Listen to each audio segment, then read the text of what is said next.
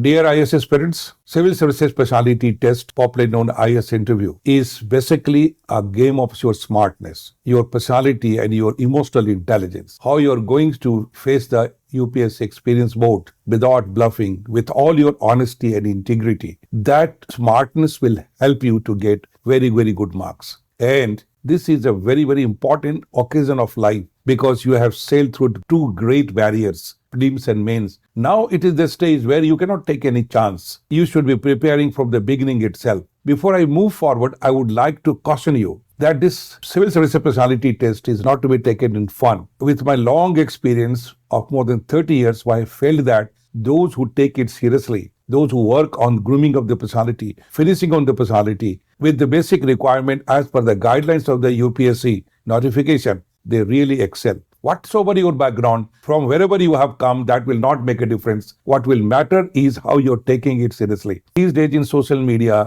and YouTube, there are a lot of videos which might be a cause of distractions for you. There are a lot of funny videos made, humorous videos made, and some questions which are asked in the mock interviews. Actually, they are not asked in the actual interview. The actual interview is completely different. Yes, there is a role of wit and humor in your interview, but that should not be the reason of making it casual and make it a fun. Whatever question will be asked to you, that is going to give you an opportunity to reveal certain traits of your personality. So take every question very respectfully with all dignity and officer-like qualities. You cannot take both lightly, you cannot take it casually. So let's discuss how you can smartly face the board and you can score higher marks to get higher ranks in final result of civil service examination. Let's first understand what is the smart way of facing the experience board. The board consists of one of the senior member of the UPSC as chairman, supported by 4 other experts. Most of them definitely consist of the bureaucrats retired from senior positions, maybe from IAS, IFS and IPS. They may also be composing of some of the academic experts, some may be social scientists, also people from the defense. The board is of very varied nature so that different traits of your personality can be evaluated very neutrally and objectively. Of course, the final marks is awarded by the chairman of the board, but the advices of all the members are taken very seriously. So you have to face very respectfully to the questions of every member who is going to ask you a question and interact with you. This is a very, very interactive process. This is not just question answer session, one question, one answer type. It is interaction. This is where I would advise that you should enter the board as a selected candidate, as an IAS and IPS or IFS, whatever preference you have given, and be sure you will come back as an IAS. That will give you confidence, that will give you cheerfulness, and you should feel that you are going to meet seniors in the interview the day you are going to face the board. So here I will be discussing some of the important guidelines that you have to follow in the interview. Remember, facing the UPSC interview board requires a combination of knowledge, confidence, and strategy. First of all, know your DAF inside out. DAF is something which is going to be a basic introduction about you, information about you. And DAF is what you filled after the result of preliminary examination for applying mains written examination. Now after qualifying in the mains, once again you will be filling DAF, so this will be your DAF 2. There will be a summary sheet based on your DAF 1 and DAF 2, which will be given to each and every member of the board. On the basis of that, they create an impression about you and they can start questioning from anywhere out of the information that you have filled in your DAF. First of all, there may be questions related to your name or maybe parents' name. So the relevance of your name, meaning of your name, if it connects with any one of the personality of the history, that you should be knowing in detail. Why your name has been given by your parents, that can also be a question. If your name matches with a personality in history, maybe in the scriptures or in the past, that will be an important area to ask you a question. So think around your name, your parents' name. Secondly, your hometown, home district, home state, your complete background, where from you come. That is going to be very, very important area of probable questions on you. So you should be thorough from all points of view. What kind of questions can be asked to you? A smart way of facing the experience board of the UPSC is preparation. How smartly you are preparing. The board will start framing questions out of the information which you have given in your DAF, and the summary sheet has been prepared out of that. Hence, you cannot miss out any one of the word and information that you have given. You need to prepare your information accordingly. So complete background, how you have lived. Maybe you were born at one place and you have been brought up other places, or in course of your life you have moved to different places. So the entire information should be there. Your home state, where we were born, the information should be complete and from all dimensions. It's social, cultural, geographical, all dimensions of information should be well known to you. What are the issues and problems of your state? What has been the history of your culture of your state and the place you come from? If there are well-known historical or maybe religious places around, that also should be known. In other words, you should have a complete understanding about the background from where you come and the place you come from, even the issues and problems. The second important thing that is required to know about your educational background, right from your schooling to your college life or maybe higher degrees we have got, or you have got some professional degrees, how and where you have studied, why you joined a particular school, college or institution for your education, what could be the reason of that. If the name of the school is of any historical level or maybe of any significance or related to personality, you should prepare answer around that. Then comes about the selection of what is the history of education institutions, what is the performance of that, or anything which you would like to say about the achievements of your schools and institutions. These all should be prepared by you. Then comes your selection of subject, course that you have studied, maybe the professional courses you have joined.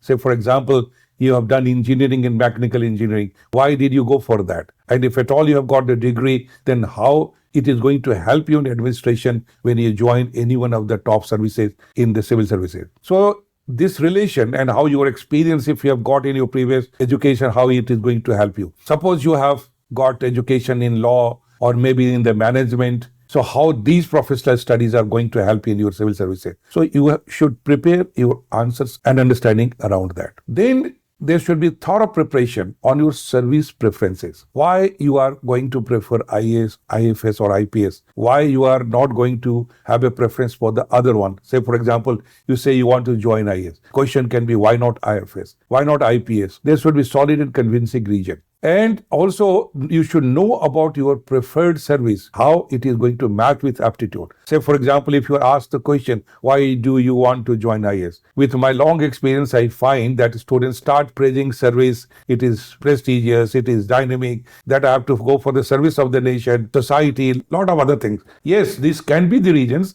but you must have your own conviction. So when you talk about the scope of work, that what an IAS officer, right from the beginning of his career till the time he retires, what he does, what are the different positions he goes in, how he participates in policy making, how he participates in development, and also in management of law and order. Once you are selected for IAS, you will be posted in different positions in different departments. There will be a variety of departments that you have to work in. So whether you are open for that kind of dynamism, you like variety of assignments. If you talk about the service and your liking, this must reveal your liking for the service, and this will help in your personal development, professional development, and also overall satisfaction in your career. So if you can talk around, it will help you. Like if you have preference for Indian Foreign Service. So why you are liking for that? Because that is a diplomatic service in which you represent your country economically and culturally in different countries and also the international institution. So what is your liking? Do you have liking in international relations? Do you have relation in diplomatic relations? Do you have interest in negotiation at higher level when you will be posted at a higher positions there? Similarly, when you prefer for Indian Police Service, this service defines maintaining law and order.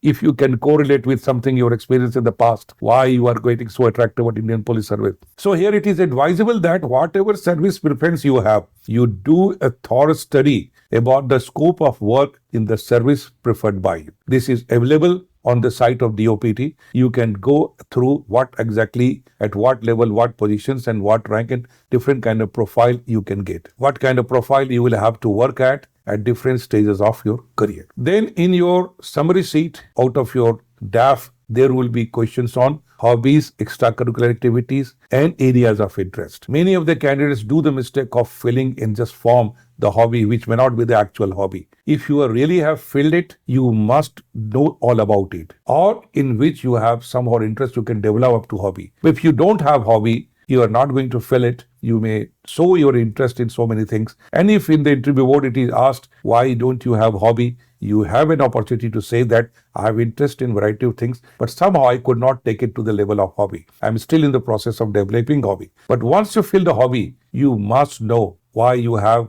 what value it gives to your personal life, how it is going to contribute in your professional life, in your career in civil services, and all related information related to hobby. Say, for example, if your hobby is cricket, you must know everything about cricket, right from its history and at what level you have been playing, if at all you have played. So you should have complete information. Similarly, if you have hobby of painting, you must know all related to painting, maybe from the history, different forms of painting, because that is part and parcel of your curriculum also in civil services. You should know what kind of painting you are doing, what is the different varieties of painting that you know about, and how it gives satisfaction to you. And somehow if the question comes, how this hobby is going to help you in your decision making, administration and team building or anything like that, you should be able to answer it. Similarly, what kind of extracurricular activities you have, like if you say yoga, or you say that I have running as a hobby, or you are in marathon, anything like that, you should prepare answer around that. Don't write it just for the sake of writing. Take it seriously.